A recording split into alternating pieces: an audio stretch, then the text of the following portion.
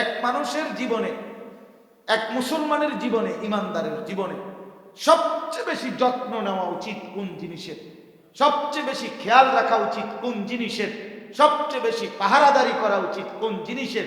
ইমান। ইমান ইমান ইমান ঠিক থেকে গোটা দুনিয়াও যদি আমি না পাই, কিছুই হারায় নাই। ইমান হারিয়ে যদি গোটা পৃথিবীও পাই, আল্লাহর কসম কিছুই পাই না। আল্লাহকে না পেলে কিছুই পাওয়া হয় না, আল্লাহকে পেলে কিছুই হারায় না। জুতু মেরা তো সব, যখন আল্লাহ আমার, সবই আমার। এই জন্য প্রিয় ভাই বাবা, ইমান বড় সম্পদ, ইমান বড় সম্পদ, ইমান বড় সম্পদ। তোমরা অসংখ্য নওজোয়ান ছেলে জানো তো না, বাংলা তো জানো, পদার্থ বিজ্ঞান, জীববিজ্ঞান, রসায়ন বিজ্ঞান তো কম বেশি জানো, অঙ্ক ইংরেজি তো কম বেশি জানো, দুনিয়ার ভাত মাছ খাইবার বহু পদ্ধতি তো শিখছো, কিন্তু নিজের আখেরাতের জন্য যে ইমান জরুরি সেটা তো অনেকে জানো। ইমানের সবকও তো নাও নাই কোনোদিন। অথচ সাহাবীরা, হাদিস স্পষ্ট আছে, কিশোর বয়সে হযরত জুনদুব ইবনে আব্দুল্লাহ, একজন সাহাবীর নাম জুনদুব, উনি পরিষ্কার হাদিসে আছে, উনি বলেন নবীজি সাল্লাল্লাহু আলাইহি সাল্লামের কাছে আমরা কিশোর বয়সে 12-14 বছর বয়সে নবীজির কাছে আমরা থাকতাম, থাইকা অবস্থান করে আমরা কিশোররা ফাতাআল্লামনাল ঈমান, আমরা রাসূল থেকে ঈমান শিখলাম। ফাতাআল্লামনাল ঈমানা, নবীজির কাছ থেকে আমরা ঈমান শিখলাম। তার মানে কি? মানে লা ইলাহা ইল্লাল্লাহ মুহাম্মাদুর রাসূলুল্লাহ, এই বাক্য এটা 15 দিন লাগাইয়া মুখস্থ করতে নাকি? কি মনে, ওরা তো আরো ওটা মুখস্থ করার কিছু আছে? আরে মক্কার যারা, মদিনার যারা, তারা মাতৃভাষা কি? তো তারা বুঝি এটা 15 দিন লাগাইয়া মুখস্থ করছে। তো কি শিখছে তাই? এই লাইন এটা নাকি? তাহলে বোঝা গেল শুধু এই লাইন তো কালেমা, এটা তো ঈমানের বাক্য, কিন্তু এই বাক্যটা আমার কাছে কি চায়? লা ইলাহা ইল্লাল্লাহ আমার কাছে কি দাবি করে? ইল্লাল্লাহ এটা আমার কাছে কি চায়? মুহাম্মাদুর রাসূলুল্লাহ এটা আমার কাছে কি দাবি করে, কি চায়? এটা হরফ হরফ, সবক সবক বুঝতে হয়, শিখতে হয়, শিখতে হয়, শিখতে হয়। মুসলমান আখেরাতকে বড় কম দামি মনে করছেন আপনারা। টিয়া 10,000 দিলে আখেরাত, মসজিদের সামনে কাতারে টাইলস দিয়া দিলে বেহেশত রেডি, 4টা সিলিং ফ্যান দিলে মসজিদে, খালাস, কুল্লু খালাস, বেহেশতের বুঝে গেছে। সারা জিন্দেগির সিটারি বাটপারি, সুদ ঘুষ 2 নম্বরই সব কিছু বুঝে গেছে। 4টা সিলিং ফ্যান করে বাহ, বেহেশত বুঝিয়ে 4টা সিলিং ফ্যান 3,000 করে 12,000 টাকা দিয়া, কি তো কয় এত কম না? কি রে মামা, বেহেশত বুঝিয়ে 12,000 টাকা, 2 কাতার টাইলসের দাম দিয়ে বেহেশত। বেহেশত কিতা, কিতা মনে করছেন আসলে? বেহেশতটা কি মানে 2টা রুম আর একটা বারিন্দা? হ্যাঁ, এটাই তো মনে বেহেশত। অসংখ্য মুসলমান এটা মনে করে, মনে করে। সম্মানিত মুআজ্জাজ হাজিরিন, আমি আপনাদের সামনে পবিত্র কোরআনুল কারীমের 28 নম্বর পারা, 59 নম্বর সূরা, সূরাটা একটা প্রসিদ্ধ সূরা, সূরায়ে হাসর। মোটামুটি ইমানদার মুসলমান প্রায় সকলেই এই সূরাটার নাম জানে। হুয়াল্লাহুল্লাযী লা ইলাহা ইল্লা হু, এই যে সূরায়ে হাসরের শেষ 3 আয়াত সকাল সন্ধ্যায় আমল করে, এই সুবাদে অধিকাংশ মুসলমানই এই সূরাটার নাম জানে, সূরায়ে হাসর। এই সূরার একটি আয়াত, 18 নম্বর আয়াত আমি মাত্র আপনাদের সামনে তেলাওয়াত করেছি। অল্প একটু সময় একদম আপনাদের সামনে এই একটি আয়াতকে সামনে রেখে সামান্য কিছু কথা আমরা আরজ করতে চাই। আল্লাহ তাআলা আমাদেরকে তৌফিক দান করে। এই আয়াতটা কেন পড়লাম? পড়ার মূল উদ্দেশ্য হলো, একটি বছর 2024 সাল আমাদের কাছ থেকে বিদায় নিয়েছে। নতুন একটি বছর 2025 সাল আমাদের মাঝে শুরু হয়েছে 1 জানুয়ারি। এক্ষেত্রে আমাদের ভাবনা, আমাদের ফিকির কি হওয়া উচিত, এটা কোরআনের দৃষ্টিভঙ্গি কি, আমাদের করণীয় কি, এই দিক নির্দেশনা কোরআন কি বলছে। একটি সময় চলে গেলে আরেকটি সময় আসবার আগে আগে আমার ভাবনা কি হওয়া উচিত, আমার ফিকির কি হওয়া উচিত ইমানদারের, এই ব্যাপারে গুরুত্বপূর্ণ দিক নির্দেশনা মহান আল্লাহ পাক রব্বুল আলামিন এই আয়াতের মাধ্যমে আমাদেরকে দান করেছে। এই জন্য আমি এটা করছি। এই জন্য এই অল্প একটু সময় সবাই মনোযোগ দিয়ে শুনলে ভালো হবে। ছেলেরা, তোমরা সবাই হাতে যেই মোবাইলগুলো, এগুলো নামাও। যাদের হাতে ধরা মোবাইল রেকর্ডের জন্য হোক, যে কারণেই হোক, এটা নামাও। হাতে ধরে রেকর্ড করা যাবে না, হাতে ধরে রাখা যাবে না, আমি নিষেধ করলাম। যে কথা শুনতে রাজি না এই কথাটা, সে চলে গেলে ভালো, সে এই প্যান্ডেল ছেড়ে দিলে ভালো।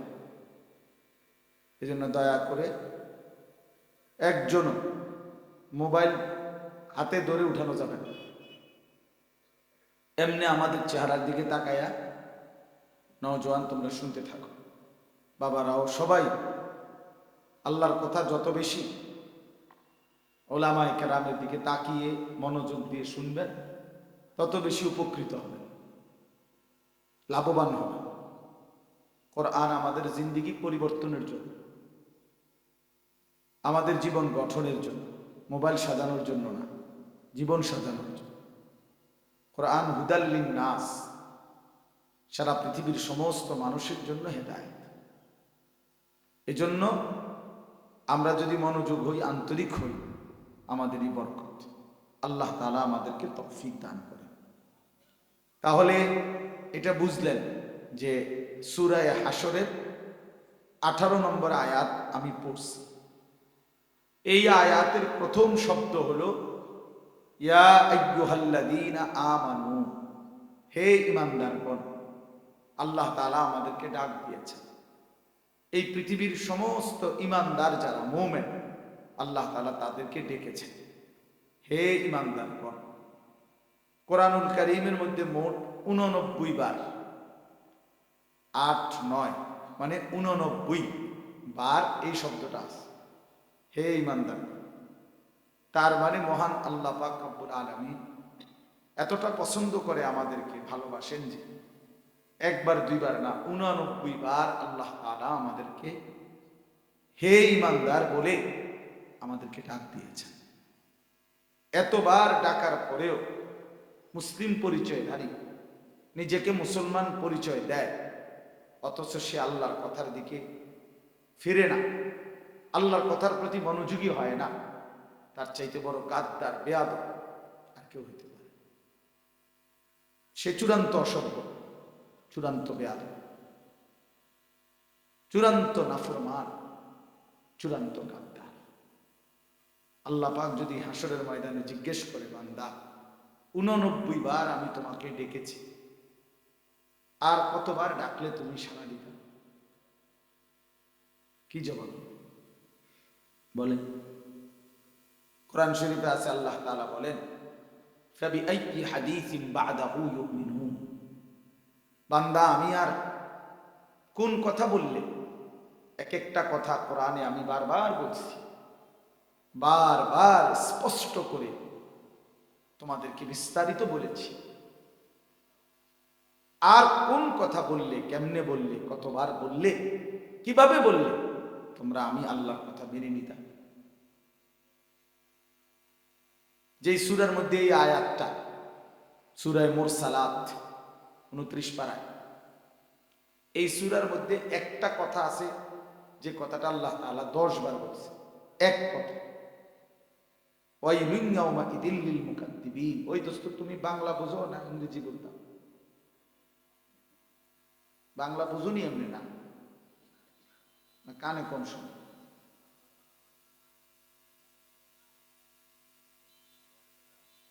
তো হ্যাঁ, আমি শক্ত, মানুষরা জানেন না, তো নতুন না।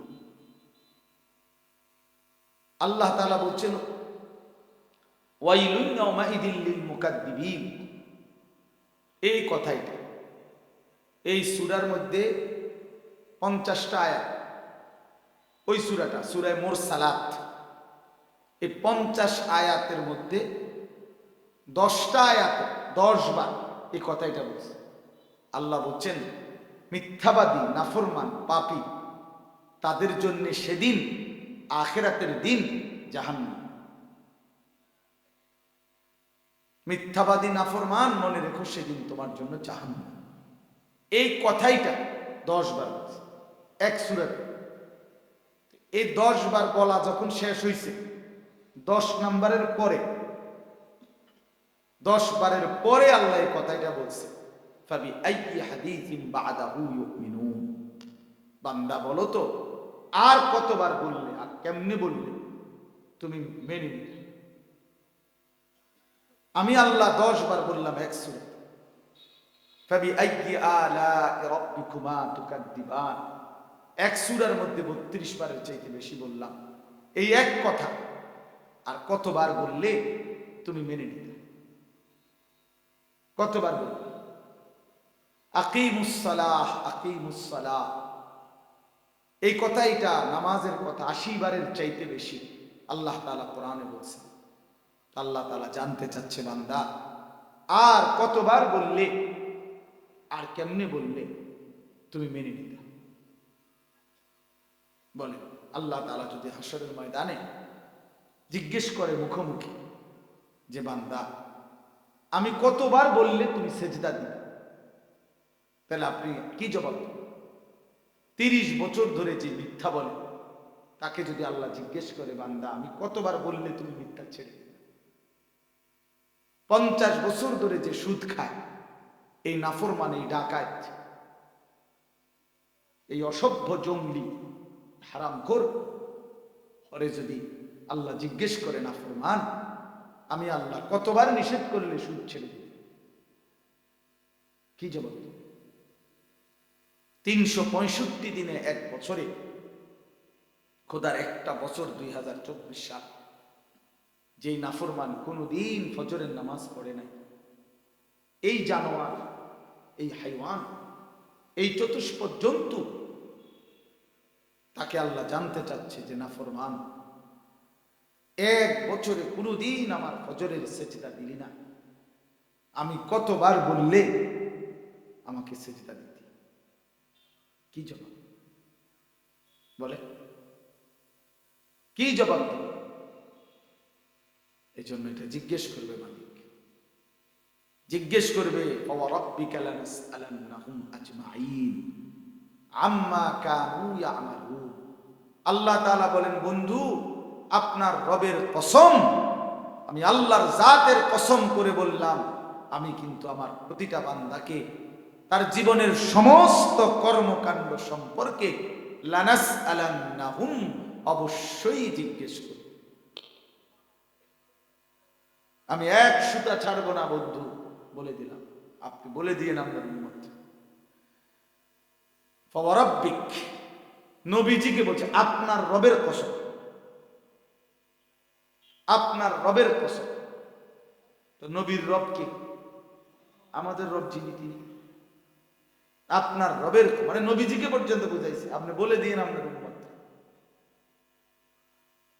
হ্যাঁ, এই জন্য কোরআন শরীফে আল্লাহ কিন্তু এটা বলছে, বারবার বলছে সুম্মা লাতুসআলুন্না ইয়াওমাইদিন আনিন নাঈম। আল্লাহ বলে বান্দা অবশ্যই আমি আল্লাহ হাসরের ময়দানে আমার দেওয়া তোমার হায়াতের প্রত্যেকটি নিয়ামত, বিন্দু বিসর্গ নিয়ামত আমি যা দিয়েছি, এই রোদ বৃষ্টি, আলো বাতাস, সকাল দুপুর, রাত দিন, হাসি কান্না, আনন্দ বেদনা, চোখের পলক, কানের শ্রবণ শক্তি, জবানের উচ্চারণ, এক ঢোক পানি, এক লোকমা খাবার, একটা নিঃশ্বাস, আমি আল্লাহ অবশ্যই অবশ্যই জিজ্ঞেস করব। আমার জিজ্ঞেস করব আমার নিয়ামতের হক কি আদায় করছে। কি হক আদায় করছো? নিয়ামত পেয়ে নিয়ামত দাতাকে ভুলে গেছো কেন? ভুলে গেছো কেন বলেন? আল্লাহ তাআলা জিজ্ঞেস করেন। কোরআন শরীফে আছে ওয়াকিফুহুম ইন্নাহুম মাসউলুন। আল্লাহ তাআলা ফেরেশতাদেরকে বলবে আমার বান্দাদেরকে দাঁড় করাও সারিবদ্ধভাবে আজকে হাসরের ময়দানে। আমি আল্লাহর পক্ষ থেকে তাদেরকে এক এক করে জিজ্ঞেস করা। প্রিয় বন্ধু, প্রিয় বা আরে ভাই, আপনারা আপনাদের কথায় মনোযোগ দেন। ইন্নাহুম মাসউলুন, জিজ্ঞেস করবে।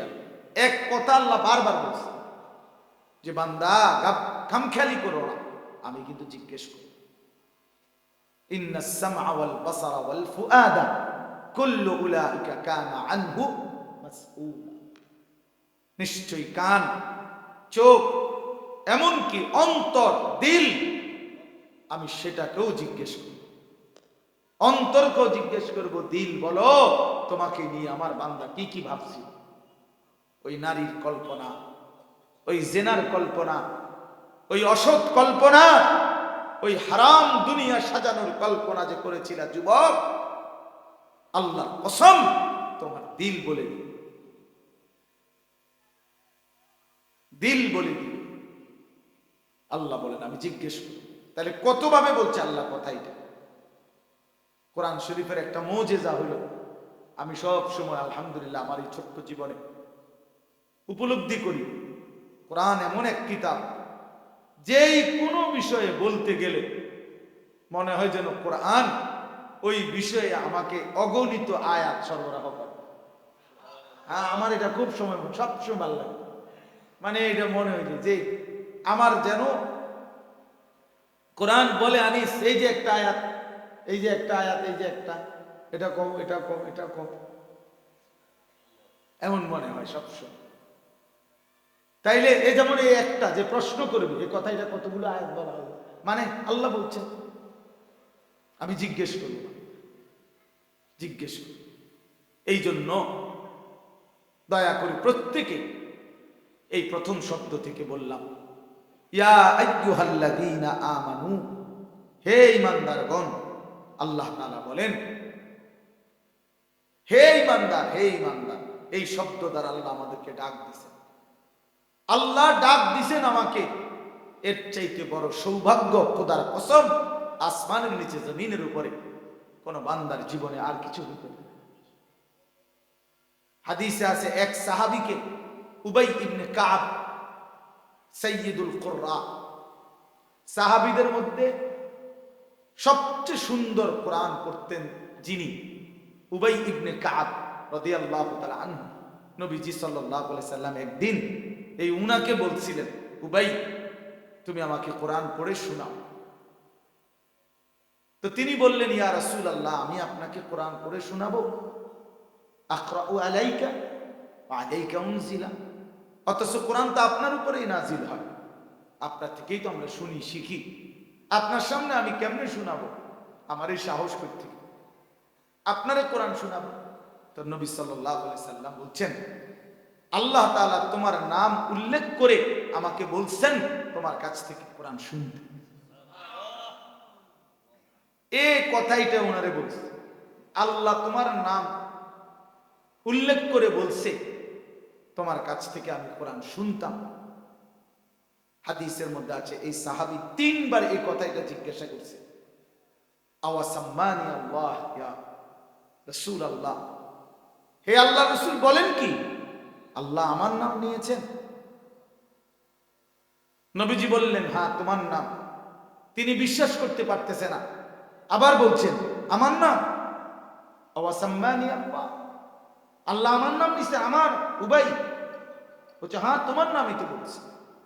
এভাবে তিনবার জিজ্ঞাসা করার পরে হাদিসের মধ্যে আছে উনি ফাবাকা, চিৎকার করে কাঁদতে শুরু করলেন আর বললেন হায় আল্লাহর নবী, এই গোলামের জীবনে এর চাইতে বড় সার্থকতা সৌভাগ্য আর কি হতে পারে যে তার মালিক তার নাম নিয়েছে, মুনিব নাম নিয়েছেন। জমিনে ফরশে এক গোলাম হাঁটতেছে বসতেছে জমিনে, আর আরশ থেকে তার মালিক তার নাম নিয়েছে। কি আশ্চর্য! এই জন্য সাহাবী পাগল হয়ে গেছে, খুশিতে আনন্দে কাঁদতে শুরু করছে যে আল্লাহ আমার নাম নিয়েছে। এখানেও মহান আল্লাহ পাক 89 বার আমাদের ঈমান কালেমার বরকতে, ঈমানের বরকতে আমাদেরকে হে ঈমানদার বলে ডাক দিয়েছে। এটা আমাদের জীবনের সবচেয়ে বড় সৌভাগ্য, এটা জীবনের সবচেয়ে বড় টাইটেল। আল্লাহ আমাকে বলছে তুমি মুমিন, আমি তোমাকে ডাকলাম। দুনিয়ার সবগুলো পদ পদবীর চাইতে এটা শ্রেষ্ঠতম পদ মুমিন। আমারে যদি আল্লাহ মুমিন হিসেবে কবুলই করে, আমার ঈমানের এক ফোঁটাও যদি আল্লাহ গ্রহণ করে, আমাদের এক বিন্দু একটা সরিষার দানা, তাহলেও আশা করা যায় হাসরের দিন গুনার পাপের কারণে যদি আল্লাহ শাস্তিও দেয়, এক বিন্দু ঈমানের কারণে শেষ পর্যন্ত হলেও জাহান্নাম থেকে উঠায়া জান্নাত দিয়ে দিবে।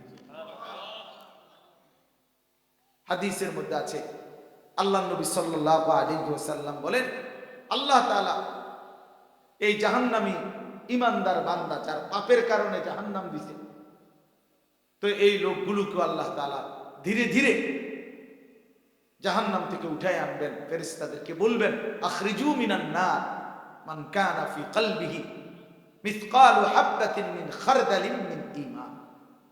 যাদের দিলের মধ্যে সরিষার দানা পরিমাণ ঈমানও আছে, ফেরেশতা আমার সেই বান্দাকেও তুলে তুলে জাহান্নাম থেকে উঠায়া জান্নাতে নিয়ে আসুন। দোস্ত, এই জন্য ঈমান বড় সম্পদ। ঈমান শ্রেষ্ঠতম নিয়ামত, শ্রেষ্ঠতম নিয়ামত। চেহারায়, চলনে, বলনে, কথায়, আচরণে, উচ্চারণে, বিশ্বাসে, লেনদেনে আমি যদি ঈমান হারায় ফেলি, ঈমান হারায় ফেলি, তো আমার জীবনের আর কিছুই থাকে না। অনেক মানুষ আমরা আমাদের কথার দ্বারা, আচরণের দ্বারা, বিশ্বাসের দ্বারা, চিন্তা চেতনার দ্বারা শিরিক করে থাকি, কুফর করি, ঈমান হারা হয়ে যায়, জানিও না। কখন যে ঈমান হারাই ফেলছি, কখন যে শিরিক করে ফেলছি, জানিও না। অসংখ্য মানুষের কলিজার ভিতরে একথা বসা আছে, দুনিয়ার এই বাজারটা না থাকলে, ব্যবসাটা না থাকলে, এই দোকানটা না থাকলে, এই পোলাগারে বিদেশ না পাঠাইলে আমি জীবনে আর বাঁচতে পারতাম না, চলতে পারতাম। এটা কলিজার মধ্যে সিল মেরে গেছে। আল্লাহর কথা মনে নাই, বরং ওই যে দুনিয়াবি যেই বাজার, ব্যবসা, লেনদেন। একটা সিএনজি স্ট্যান্ড থেকে সাইরা রাইকা নামাজে আসে না কেন? সিরিয়াল আধা ঘন্টা পিছিয়ে যাবে। অটোটা রাইকা আসে না, প্যাসেঞ্জার সমস্যা, দোকান ছেড়ে নামাজে যায় না, এই সময় কাস্টমারের চাপ বেশি। এখন সিজন,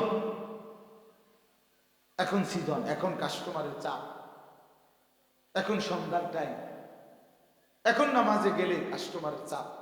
আহা মুসলমান, তাহলে আল্লাহ পাকের বন্দেগীর সামনে, সেজদার সামনে তোমার কলিজার ভিতরে দোকান বসে আছে, এটা কি শিরিক নয়? এটা কি নাফরমানি না? আল্লাহ তাআলা কোরআনে স্পষ্ট বলছে, কুল মা ইনদাল্লাহি খায়রুম মিনাল লাহবি ওয়া মিনাত তিজারা। আল্লাহ বলছে, বান্দা শুনো, তোমাদের এই ব্যবসা এবং তামাশা, এই রং তামাশার এই দুনিয়ার চাইতে আল্লাহ তাআলার কাছে সেজদার বিনিময়ে যা আছে তা বহু কোটি গুণে উত্তম উত্তম উত্তম। শিরিকের অনেক প্রকার আছে, আমাদের বিশ্বাসে, আমাদের আচরণে, আমাদের কথাবার্তায়, চিন্তায়, চেতনায় অগণিত শিরিক ঢুকে আছে। আখফা বিন দাবিবিন নামলাতিস সাউদা, নবী সাল্লাল্লাহু আলাইহি ওয়াসাল্লাম বলেন, অন্ধকার কালো রাতে, অমাবস্যার রাতে কালো একটি পাথরে যদি একটা কালো পিঁপড়া হাঁটে, সেটা খুঁজে বের করা যেমন খুব কঠিন, শিরিক বুঝতে পারা, নিজের কথা, কাজে, কর্মে, বিশ্বাসে উপলব্ধি করা, এটা তার চাইতে কঠিন, তার চাইতে সূক্ষ্ম। এজন্য উলামায়ে কেরাম থেকে জানা উচিত জানা উচিত। নামাজ তো পড়েন ঠিক আছে, দান সদকা তো করছেন ঠিক আছে, কিন্তু আপনার ইমানের মধ্যে কোনো ত্রুটি আছে কিনা, শিরিক আছে কিনা, কুফর আছে কিনা, নিফাক আছে কিনা, এটা যাচাই করা উচিত। 3 জিনিস ইমান থেকে দূরে থাকতে হবে। 1 নম্বর, কুফর যেন না হয়, শিরিক যেন না হয়, নিফাক মানে মুনাফিকি যেন না হয়। আমার শায়েখ আল্লামা মুফতি মুশতাকুন নবী কাসেমি হুজুর সব সময় বলে, এক মুমিন, এক ইমানদার সবচেয়ে বেশি পাহারাদারি করা উচিত কোন জিনিসে? ইমান। কোন জিনিসে? এক মানুষের জীবনে, এক মুসলমানের জীবনে, ইমানদারের জীবনে সবচেয়ে বেশি যত্ন নেওয়া উচিত কোন জিনিসের? সবচেয়ে বেশি খেয়াল রাখা উচিত কোন জিনিসের? সবচেয়ে বেশি পাহারাদারি করা উচিত কোন জিনিসের? ইমান। ইমান, ইমান। ইমান ঠিক থেকে গোটা দুনিয়াও যদি আমি না পাই, কিছুই হারায় নাই। ইমান হারিয়ে যদি গোটা পৃথিবীও পাই, আল্লাহর কসম কিছুই পাই না। আল্লাহকে না পেলে কিছুই পাওয়া হয় না, আল্লাহকে পেলে কিছুই হারায় না। জুতু মেরা তো সব। যখন আল্লাহ আমার, সবই আমার। এই জন্য প্রিয় ভাই বাবা, ইমান বড় সম্পদ, ইমান বড় সম্পদ, ইমান বড় সম্পদ। তোমরা অসংখ্য নওজোয়ান ছেলে জানো তো না, বাংলা তো জানো, পদার্থ বিজ্ঞান, জীববিজ্ঞান, রসায়ন বিজ্ঞান তো কম বেশি জানো, অঙ্ক ইংরেজি তো কম বেশি জানো, দুনিয়ার ভাত মাছ খাইবার বহু পদ্ধতি তো শিখছো, কিন্তু নিজের আখেরাতের জন্য যে ইমান জরুরি সেটা তো অনেকে জানো। ইমানের সবকও তো নাও নাই কোনোদিন। অথচ সাহাবীরা, হাদিস স্পষ্ট আছে, কিশোর বয়সে হযরত জুনদুব ইবনে আব্দুল্লাহ, একজন সাহাবীর নাম জুনদুব, উনি পরিষ্কার হাদিসে আছে, উনি বলেন নবীজি সাল্লাল্লাহু আলাইহি সাল্লামের কাছে আমরা কিশোর বয়সে 12-14 বছর বয়সে নবীজির কাছে আমরা থাকতাম, থাইকা অবস্থান করে আমরা কিশোররা ফাতাআল্লামনাল ঈমান, আমরা রাসূল থেকে ঈমান শিখলাম।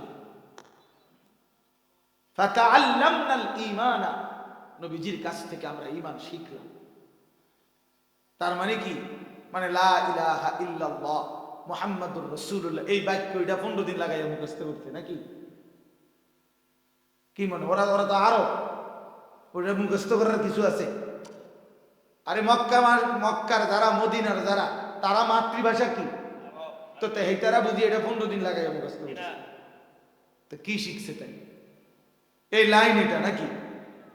তাহলে বুঝা গেল শুধু এই লাইন তো কালেমা, এটা তো ঈমানের বাক্য, কিন্তু এই বাক্যটা আমার কাছে কি চায়? লা ইলাহা ইল্লাল্লাহ আমার কাছে কি দাবি করে? ইল্লাল্লাহ এটা আমার কাছে কি চায়? মুহাম্মাদুর রাসূলুল্লাহ এটা আমার কাছে কি দাবি করে, কি চায়? এটা হরফ হরফ, সবক সবক বুঝতে হয়, শিখতে হয়, শিখতে হয়, শিখতে হয়। মুসলমান আখিরাতকে বড় কম দামি মনে করছেন আপনারা। 10,000 দিলে আখিরাত, মসজিদের সামনে কাতারে টাইলস দিয়া দিলে বেহেশত রেডি, 4টা সিলিং ফ্যান দিলে মসজিদে খালাস, কুল্লু খালাস, বেহেশতের বুঝে গেছে। সারা জিন্দেগির সিটারি বাটপারি, সুদ ঘুষ 2 নম্বরই সব কিছু বুঝে গেছে। 4টা সিলিং ফ্যান করে বাহ, বেহেশত বুঝিয়ে 4টা সিলিং ফ্যান 3,000 করে 12,000 টাকা দিয়া কি তো কয়, এত কম দাম কি রে মামা? বেহেশত বুঝিয়ে 12,000 টাকা, 2 কাতার টাইলসের দাম দিয়ে বেহেশত। বেহেশত কিতা, কিতা মনে করছেন আসলে? বেহেশতটা কি মানে 2টা রুম আর একটা বারিন্দা? হ্যাঁ, এটাই তো মনে বেহেশত। অসংখ্য মুসলমান এটা মনে করে, মনে করে আখিরাত মামুলি মনে করে, আখিরাতকে সামান্য মনে করে। আহা না মুসলমান ভাইয়া, আখিরাত অনেক বড়, আখিরাত অনেক বড়, আখিরাত অনেক বড়, দুনিয়া একদমই সামান্য। ফামা মাতাউল হায়াতিদ দুনিয়া ফিল আখিরাতি ইল্লা কালিল। আল্লাহ তাআলা বলে, বান্দা আখিরাতের তুলনায় দুনিয়ার জীবন একদমই সামান্য, একদমই সামান্য। রাসূলুল্লাহ সাল্লাল্লাহু আলাইহি সাল্লাম বলছে, উম্মত শুনো, একটি সাগরের মধ্যে যদি কেউ নিজের আঙ্গুল ভিজায়, তাহলে সেই আঙ্গুলের অগ্রভাগে যেটুকু পানি লাগে, এতে করে সাগরের কি পরিমাণ পানি কমে যায়। বুঝছেন না আমার কথাটা? একটি সাগরের মধ্যে যদি কেউ আঙ্গুল চুবায়, আঙ্গুল উঠাইলে আঙ্গুলের মধ্যে যেটুকু পানি লাগছে, এই কারণে সাগরের পানি কমে গেছে কয় ফুট। আল্লাহর কসম, নবীজি বলছেন, উম্মত ঠিক এরকম আঙ্গুলের অগ্রভাগে যেটুকু পানি লাগছে সাগর থেকে, এইটা হলো দুনিয়া, আর সাগরের বাকি পানিটা আখিরাত। এবার আন্দাজ করো আখিরাত কত বড়, দুনিয়া কত ছোট। এরপরে আরো আছে কথা হাদিসের ব্যাখ্যায়, মুহাদ্দিসিনে কেরাম বলে, আরে দুনিয়ার বুঝানোর জন্য এর থেকে বড় কিছু দিয়ে নবী বুঝাইবে কি দিয়া? দুনিয়ার তো আর কিছু নাই উদাহরণ, এই জন্য মহাসাগর দিয়ে বুঝাইছে। কিন্তু দুনিয়ার সাগরেরও তো শেষ মাথা আছে, পৃথিবীর শেষ মাথায় গিয়ে হইলো তো এটার কি আছে? ফিনিশিং আছে। কিন্তু আখিরাতের তো কোনো সমাপ্তি নাই, শেষ নাই, এটা শুধুই শুরু হবে আর কোনোদিন শেষ হবে না। আফামা নাহনু বিমাইতিন, আল্লাহর কোরআনে আছে, জান্নাতি বান্দা নিজের পরিচিত জাহান্নামী লোক জাহান্নামে দেখবে আর ডাক দিয়ে বলবে, দোস্ত মনে রেখো, আমিও পরিচিত, তুমিও পরিচিত, আমি জান্নাতে, তুমি জাহান্নামে। এবার শুনে নাও, আফামা নাহনু বিমাইতিন, আর কোনোদিন আমারও মৃত্যু হবে না, তোমারও মৃত্যু হবে না, অতএব আমার সুখ আর শেষ হবে না, তোমার দুঃখ আর কোনোদিন শেষ হবে না। আফামা নাহনু বিমাইতিন, মনে রেখো, আখিরাতে যে হাসবে সে আর কাঁদবে না, যে কাঁদবে সে আর কোনোদিন হাসবে না। দুনিয়া এই হাসে, এই কাঁদে, দুনিয়া এই রোদ, এই বৃষ্টি, দুনিয়া এই অন্ধকার, এই আলো, হ্যাঁ, দুনিয়া এই চোখের পানি, এই হাসি। দুনিয়া বাচ্চার মতো, বাচ্চা কান্দে দেবে, আবার একটা কিছু দিলে হাসে, এদের চোখের পানিও দেখা দেয়, মুখের হাসিও দেখা দেয়। বাচ্চাদের দেখে, আমার ছোট বাচ্চাটার দিকে তো আমি অনেক সময় দেখছি, কান্দেও দিছে, আবার আবু আবু আবু ঠিক আছে ঠিক আছে, আবু এটা নাও তুমি, হাসি। তাহলে এদের চোখের পানি শেষ হয় নাই, মুখের হাসি শুরু হয়ে গেছে। এর নাম দুনিয়া। দুনিয়া হাসে কাঁদে, কিছুক্ষণের মধ্যেই পাল্টে যায়।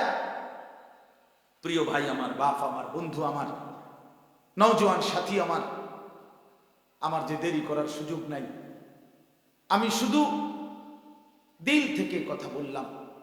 আল্লাহ তাআলা বললেন, ইয়া আইয়ুহাল্লাযীনা আমানু, ঈমানদার তুমি আমার বহুতই মহব্বতের, ঈমানদার তুমি আমার বহুতই প্যারা, তোমার এই তো আমি জান্নাত দিতে চাই, তোমার জন্যই তো আমি জান্নাত বানিয়েছি, ঈমানদারকে জান্নাত দেব বলেই তো আমি মাওলা জান্নাত বানাইলাম। উইদ্দাত লিল মুত্তাকিন, মুত্তাকিদের জন্যই জান্নাত বানানো হয়েছে। কাদ আফলাহাল মুমিনুন আল্লাযীনা ইয়ারিসুনাল ফিরদাউসা, আল্লাহ বলেন ঈমানদার সফল, ঈমানদারের জন্যই জান্নাতুল ফিরদাউসের উত্তরাধিকারী। আল্লাহ তাআলা বলেন, জান্নাত তো মুমিনের জন্য, জান্নাত তো মুত্তাকির জন্য, জান্নাত তো আমি আল্লাহকে ভয় করে যে তার জন্য, জান্নাত তো আমার গুনাহ থেকে বাঁচে যে তার জন্য।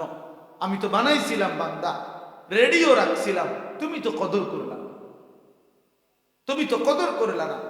তুমি বুঝো যে অদৃশ্য এক মালিক আল্লাহ এই দুনিয়া চালায়, এটা আমরা সবাই বুঝি।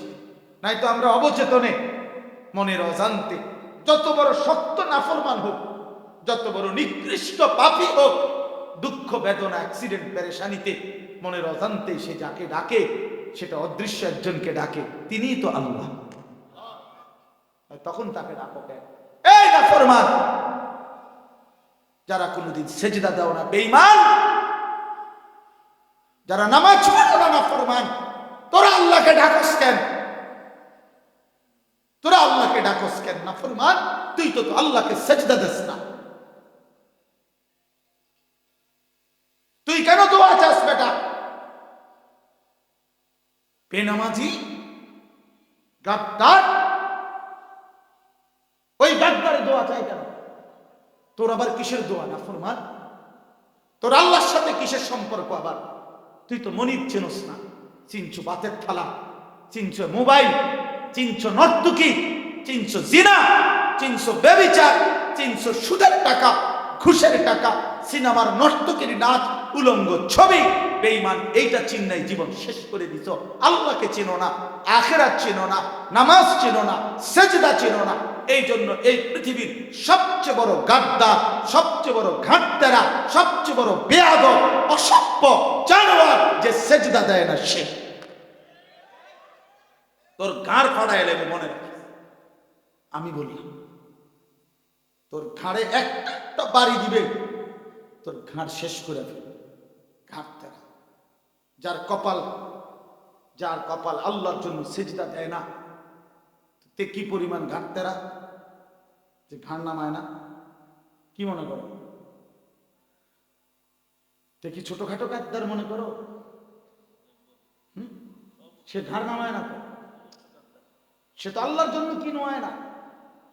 তার চাইতে বড় বেয়াদব আর কি হতে পারে?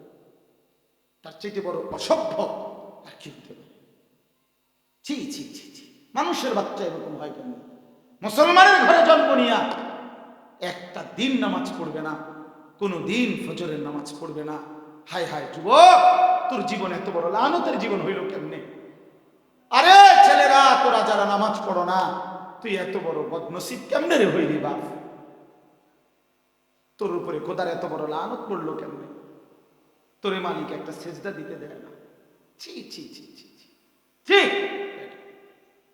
আরে ভাত তরকারি খানা তো কুত্তাও খায়, খাবার তো বেটা কুত্তাও খায়, খাবার তো কুত্তাও খায়, দুনিয়া তো কুত্তাও ভোগ করে, পেশাব পায়খানা তো কুকুরেও করে, যৌন চাহিদা কুত্তারও তো পূরণ হয়, এজন্য কুকুরেরও তো ছাও হয়, বাচ্চা কাচ্চা হয়। কুত্তার হলে ছাও হয় কেমনে? বিড়ালের বাচ্চা হয় কেমনে? গরু ছাগলের বাচ্চা হয় কেমনে? তাহলে ওদেরও তো যৌন চাহিদা পূরণ হয়, হয় না? নাহলে হয় বাচ্চা হয় কেমনে? এগুলো আমরা বুঝি দোস্ত, চেহারা দেখলেই বুঝিবে নামাজি। নাফরমান সেজদাতে সারাদিনে দেও নাই, কিসের 24 সাল, কিসের 25 সাল? আল্লাহর দেওয়া জমিন, আল্লাহর দেওয়া রাত, আল্লাহর দেওয়া দিন, অসংখ্য নাফরমানের জীবনে কোনো ভাবান্তর নাই। কি গেল কি আইলো ওইটা না আমার দরকার নেই। আমার মোবাইল, আমার নারী, আমার ছবি, আমার মোবাইল, আমার উলঙ্গ দৃশ্য, আমার নাচ, আমার গান, আমার বন্ধুদের আড্ডা, আমার এমবি, আমার মোবাইল, আমার জিনা, আমার বেবিচার, আমার নারীর সাথে ফুর্তি সম্পর্ক, খালাস। আমার মা কিতা, আবার বাপ কিতা, আল্লাহ কি, রসুল কি, আমি আইলাম কোত্থেকে যাবো কোথায়, এত তার দোয়াই আমার লাভ। এই হলো অসংখ্য যুবক তোমাদের জীবন, যারা জীবনটা জন্তু জানোয়ারের মতো বানায় ফেলছ। প্রিয় ভাই, মুসলমানের ঘরে জন্ম নিয়ে এত নষ্ট হওয়ার কথা না। মুসলমানের ঘরে জন্ম নিয়া এত ফালতু মুসলমানের সন্তান হওয়ার কথা ছিল না। আত্মপরিচয় এভাবে ভুলে যাওয়ার কথা। এই জন্য আল্লাহ তাআলা বলেন, ইয়া আইয়ুহাল্লাযীনা আমানুত্তাকুল্লাহ। এই দেখেন আল্লাহ বলেন, হে ঈমানদার, তোমাকে বলছি, তুমি আমার। 89 বার বললাম, বান্দা তুমি আমার, তুমি আমার ঈমানদার বান্দা। তোমার কালেমা আমার পছন্দ হয়েছে, এই জন্য আমি তোমার ঈমানদার বলে গ্রহণ করছি, এই জন্য আমি তোমার ডাক দিছি। স্কুলের ছাত্র ভর্তি না হইলে তো তারে মাস্টার সাহেব ডাকে না, মাদ্রাসায় ভর্তি না হইলে তো উস্তাদ তারে ছাত্র হিসাবে ডাকে না। তো আল্লাহ তাআলা বলে, বান্দা তোমার কালেমা আমার পছন্দ হয়েছে, আমি তোমারে গ্রহণ করলাম, এই জন্যই তো তোমারে হে ঈমানদার বলে ডাক দিলাম। সুবহানাল্লাহ। এবার আল্লাহ বলেন, তোমার কাছে আমি দুইটা জিনিস চাই। এক নাম্বার, ইত্তাকুল্লাহ। জীবনের সর্বমুহূর্তে তুমি আল্লাহকে ভয় করো, আল্লাহকে ভয় করো, আল্লাহকে ভয় করো, আল্লাহকে ভয় করো। মানে কি? আল্লাহকে ভয় করো মানে দুই জিনিস। আল্লাহকে ভয় করার দুই অর্থ, সমস্ত গুনাহ বর্জন করো, সমস্ত আদেশ পালন করো। এই দুইটা মিললে হয় আল্লাহ। এটাকেই বলে তাকওয়া, এটাকেই বলে মুত্তাকি। এই ব্যক্তির জন্যই জান্নাত। সুবহানাল্লাহ। তাইলে ইয়া আইয়ুহাল্লাযীনা আমানুত্তাকুল্লাহ, হে ঈমানদারগণ, ইত্তাকুল্লাহ, আল্লাহকে ভয় করো, আল্লাহকে ভয় করো, আল্লাহকে ভয় করো। মানে গুনাহ বর্জন করো, হুকুম পালন করো, আদেশ পালন করো। এটা জীবনের ডিউটি, আমাদের জিন্দেগি। এটা দুই কাজ। আমরা যেহেতু মুসলমান, আমাদের জীবনের কাজে দুইটা, আল্লাহর হুকুম পালন করা, নিষেধ বর্জন করা। আমার শায়েখ আল্লামা মুফতি মুশতাকুন নবী কাসিম হুজুর বলে, আমাদের জিন্দেগির ডিউটি এটা। গুনাহ হবে না, নেকি ছাড়বো না, আমল ছাড়বো না, গুনাহ করবো না, খালাস। এই জীবন। ওয়াল তানজুর নাফসুম মা কদ্দামাত লিগাদ। এই বছর শেষে এই কথাটা বলার জন্য আল্লাহ বলে, বান্দা লক্ষ্য করো, হিসাব করো, হিসাব করো, নজর করো, হিসাব করো, ক্যালকুলেটর নাও, হিসাব লাগাও। মা কদ্দামাত লিগাদ, আজ তুমি আগামীকাল আখিরাতের জন্য কি পাঠিয়েছ, হিসাব। একটা দিন চলে গেছে, আখিরাতের জন্য কি পাঠাইছ। একটা সপ্তাহ চলে গেছে, আখিরাতের জন্য কি পাঠাইছ। একটা মাস চলে গেছে, আখিরাতের জন্য কি পাঠাইছ। ঠিক একটা বছরও চলে গেছে, আখিরাতের জন্য কি পাঠাইছ। 365 দিনের 2024 সাল গেছে। এবার বলো যুবক, 365 দিনে ফজরের নামাজ পড়ছো কতদিন? 365 দিনে 5 ওয়াক্ত নামাজ পড়ছো কতদিন? ওই বাবা, আপনারাও বলেন, দিলকে প্রশ্ন করেন। সাহিবুল বাইত আতরা বিমা ফিহি, আরবিতে বলে ঘরওয়ালাই জানে তার ঘরে কি আছে। আর কেউ না জানো, আমি তো জানি আমার ঘরের কি, আমার হালাত তো আমি জানি। এই জন্য আমরা লক্ষ্য করো, আল্লাহ বলছে বান্দা হিসাব করো। তো এই 1 বছর পরে আমাদের মূল কর্তব্য, দোকানদার যেমন হাল খাতা করে, ব্যাংকওয়ালা যেমন ক্রেডিট ডেবিট মিলায়, যে আমাদের প্রত্যেকের মোবাইলে, আমার মোবাইলেও তো আমার যে 2-3টে অ্যাকাউন্ট আছে, সবগুলো ব্যাংকের থেকে কি আসছে, মেসেজ আসছে যে কত টাকার আমার এখন কি আছে, আছে কত, মানে বছর শেষের ক্লোজিং মিলাই দিছে। তো আল্লাহ তাআলা বলে, বান্দা তোমার হিসাব করো। একটা বছর গেল, তোমার আখিরাতের অর্জন কি? একটা মাস গেল, তোমার আখিরাতের অর্জন কি? একটা সপ্তাহ গেল, তোমার আখিরাতের সামান কি? এই পর্যন্ত হালাল খাইছো কয় টাকা, হারাম খাইছো কয় টাকা, আল্লাহকে ডাকলা কয়বার, আল্লাহকে ছাড়লা কয়বার? বলেন বাবা। এই সহজ কথা শেষ, মূল বক্তব্য আমার শেষ। বছরের প্রথম দিনে আমি শুধু এই কথাই মনে করাই দিলাম, একটি বছর আমার আপনার প্রত্যেকের পার হয়েছে। আমরা হিসাব করি আমার জীবনের এই একটি বছরে আমি আখিরাতের পুঁজি কি সংগ্রহ করেছি, কি সংগ্রহ। ওয়াত্তাকুল্লাহ, আল্লাহ আবার বলতেছে, দেখেন কোরআন শরীফের এই একটাই আয়াত, যেই আয়াতে আল্লাহ একই আয়াতে 2 বার বলছে ইত্তাকুল্লাহ, এইটা একটা আয়াত। আবার আল্লাহ বলতেছে, বান্দা এই যে বললাম তোমার হিসাব করো, আখিরাতের জন্য কি পাঠিয়েছো, এই কথাটা চাইও, সাধারণ মনে কইরা ফেলে দিও না। ওয়াত্তাকুল্লাহ, আবারও বলছি, আল্লাহকে ভয় করো। একবার প্রথমে বলল, আবার বলল। আল্লাহ বলছে, বান্দা কথাটা উড়াইয়া দিও না, হাসির পাত্র মনে করো না, এটা একটা ওয়াজ মনে করো না যে হুজুর একজন আইছে বক্তা এবড়া টেবড়া কইয়া গেছে, পরের বক্তা আর একটা কইব, এটা না। আল্লাহ বলেন, বান্দা আমি 2 বার বললাম, কিন্তু ইত্তাকুল্লাহ ওয়াত্তাকুল্লাহ, আল্লাহকে ভয় করো, আল্লাহকে ভয় করো, আল্লাহকে ভয় করো, আল্লাহকে ভয় করো। আল্লাহ বলছে, বান্দা তুমি জানো না, তুমি আমার রহমান নামের সিফাত দেখছো, তুমি আমার রাহিম নামের দয়া দেখছো, তুমি আমার নাফরমানির পরে আমি তোমারে খাওয়াইছি, পড়াইছি, এই দেখে তুমি ধোঁকা খাইও না বান্দা, আমার আযাব কিন্তু বড় ভয়ানক। ফায়াউমাইযিল লা ইউআযযিবু আযাবাহু আহাদ ওয়ালা ইউসিকু ওয়াসাকাহু আহাদ।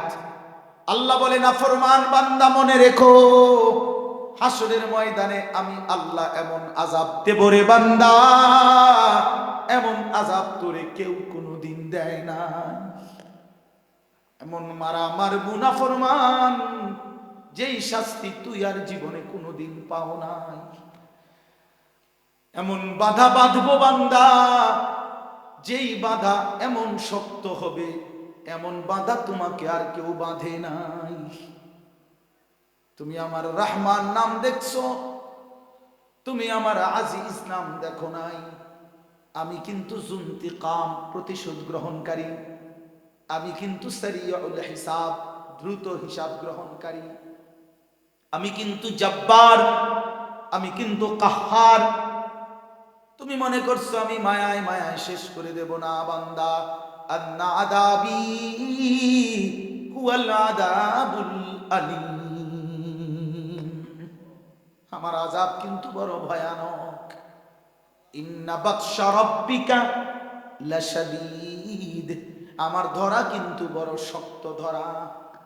আমি বাদশা শোয়ায় লাইছি, আমি নমরুদ কারুন শোয়ায় লাইছি, আমি উঁচা উঁচা জাতি শোয়ায় ফেলছি। কওমে লূত, কওমে আদ, কওমে সামুদের মতো অবাধ্য নাফরমান জাতি ধ্বংস করে দিয়েছি। তুমি জানো না বান্দা,